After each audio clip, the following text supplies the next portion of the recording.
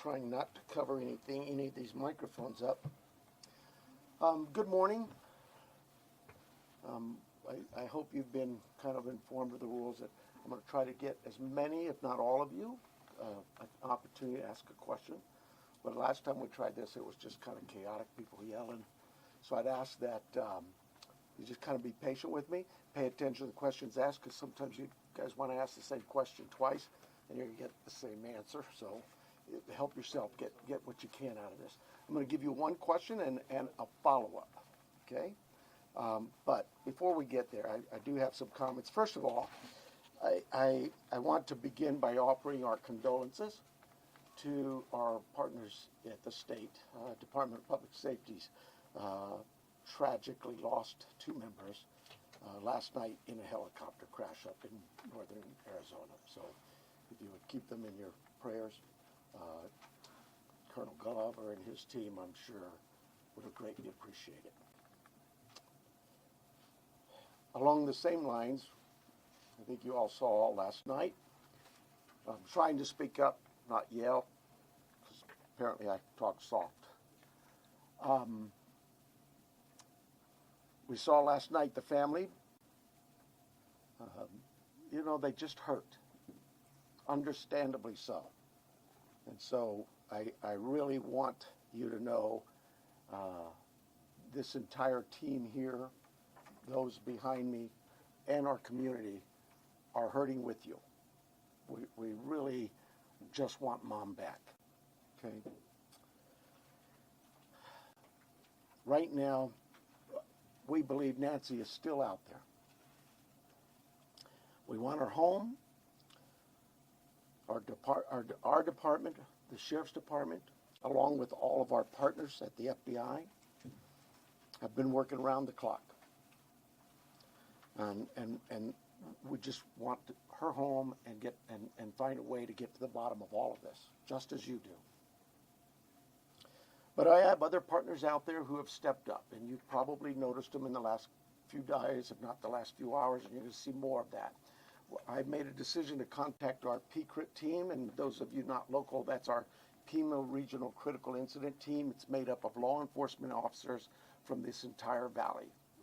Pasquayaki Police Department, Tucson Police Department, Marana Police Department, Oro Valley Police Department, Pima College Police Department, Tucson International Police Department, Sarita Police Department. There's so many of them, and they are going to help us tremendously. And that's really done because we have so much in front of us still, and we're hoping that, I know the FBI has committed a very large number of men and women to partner with us, work side by side with us. We go do an interview, they're going to be there with us. We're going to go look at some evidence or process evidence, they're going to be right there with us. We're sharing every piece of information, all the data we can to get this thing solved. And it's important that my partners in law enforcement know and understand their roles, because it is very large, complex investigation with a lot of moving parts. And we're at that phase now where sometimes we're waiting, right? We're waiting for analysis. We're waiting for lab reports. But even then, when they come back quickly, for example, some DNA, we rushed what we thought was the best target for DNA. We did a rush through and got some of that back. The results were minimal. I think you all know of the blood on the porch. That was one we did. It came back to Nancy. That's what we know. But there's still more items that have been submitted. We just haven't got them back yet. But in the meantime, we're not just sitting on our haunches waiting. We do have a number of leads coming in, and that's why we brought in the FBI for one, but PCRIT as well, to be able to get out there and handle these leads as they come in as quickly and as expeditiously as we can. And every single lead is looked at, every one of them. And so we're gearing up. You probably have some questions about what you've seen in the last couple of days. I'll gladly answer those at that time. But it really is about getting our partners out there. To be fair, when we went to that scene the first night, Saturday night, it was just us. Since then, the FBI and others have asked, can we go and see it as well? And that's what you've been seeing. But it is a very important case to not just me and my team, but this entire community, all of our law enforcement partners. Suspects. I know there's been a lot out there about suspects, and I want to be very clear. At this time, we have not identified a suspect or a person of interest in this case. We are working our best to do that. But to be clear, we have nobody of interest or any suspects that you would consider a prime suspect. We're just not there. We're not there yet. The timeline, I think we've got it on the board, do we not? This is a timeline that we have been able to develop with some of the things that we've had processed. Various pieces of electronics that we've gathered. And you look at some of this, and I know you're going to say, well, why did it take you so long to get this to us, Sheriff? Well, because one thing, it's got to go out and be processed at different lab sites, and sometimes that stuff comes back to us, and like you, we have questions, and we say, wait a minute, what is this about? What about this? Could it be that? And so it's sent back, or it's sent somewhere else. So, and that's happening with all of the things we see, that process, that review, and that questioning of, all right, what is it we're looking at? So I'll go over it with you. You can see it on the board there, but at about 5:32 p.m., these are approximate times. 5:32 p.m., Nancy travels to her local family's home for dinner and playing games with the family, just visiting. At 9:48 p.m., which is very consistent to what we were told by the family, that Nancy was dropped off at home, and we know that because we have a garage door open at approximately, I can't stress that enough, at approximately 9:48 p.m. At 9:50 p.m., that garage door closes, because that time we assume that Nancy's home and probably going to bed. Sunday morning, early morning, at 1:47 a.m., the doorbell camera disconnects. At 2:12 a.m., software detects a person on a camera, but there's no video available. They had no subscription, and therefore it would rewrite itself. It just kind of loops, right, and covers up. That's what our analysis teams have told us. We're not done with that. We'll do all we can, but that's what it says. So it detects a person on camera. Could that be an animal? I imagine that's possible. We don't know that. We just have no video. But we're not giving up on that. 2:28, Nancy's pacemaker app shows that it was a disconnect from the phone. And at 11:56 a.m., the family checks on Nancy, discovers her missing, and at 12:03 p.m., 911 is called in to the Pima County Sheriff's Department. I believe it's about approximately 10 minutes later, 12 minutes later, our patrol teams arrive, they see the scene, and we start our response with our search and rescue teams and our detectives from homicide and various units. In fact, every unit here, I think somebody questioned, how come there's an ICAC member out here, or this member? Everybody in our criminal investigations team is a part of this team and part of this investigative effort. I think with that, let me make sure.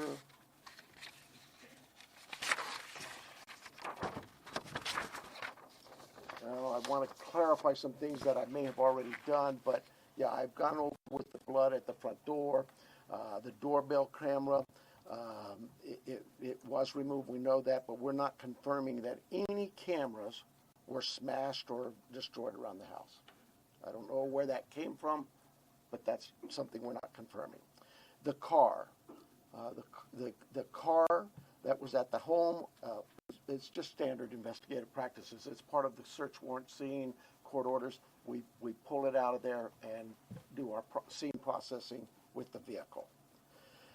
That was at the home, it's just standard investigative practices. It's part of the search warrant scene, court orders. We pull it out of there and do our scene processing with the vehicle. Uber, We did speak to a driver because Nancy, we learned, had been taken the Uber to the family residence, the daughter, for dinner. And we located that driver and spoke with them and got that information. The house, you guys got this, I think, conducting follow-up. I think you said somebody had mentioned that they saw a team out there again last night or yesterday, and that's just, again, what I was talking about before. Our partners wanted a chance to see it and examine things themselves, and more importantly, it's just we're constantly following up on things and go, hey, what about this? So we want to go back and check on some things.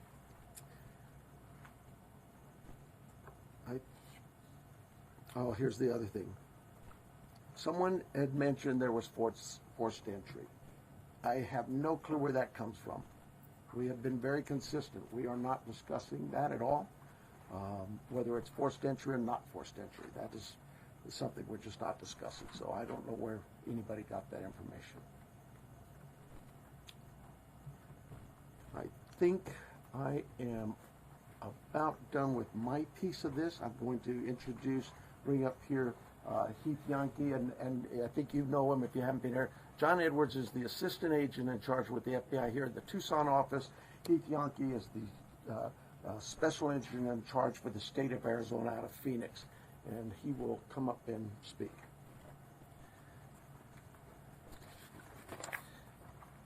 Thank you, Sheriff.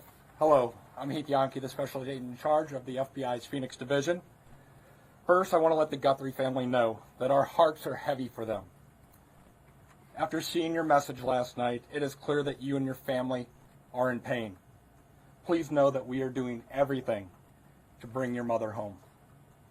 The FBI is now working this case jointly with the Pima County Sheriff's Department, and we're going to start today by announcing a $50,000 reward for information leading to the recovery of Nancy Guthrie and or the arrest and conviction of anyone involved in her disappearance, and this will be the missing persons with the reward that will be going out.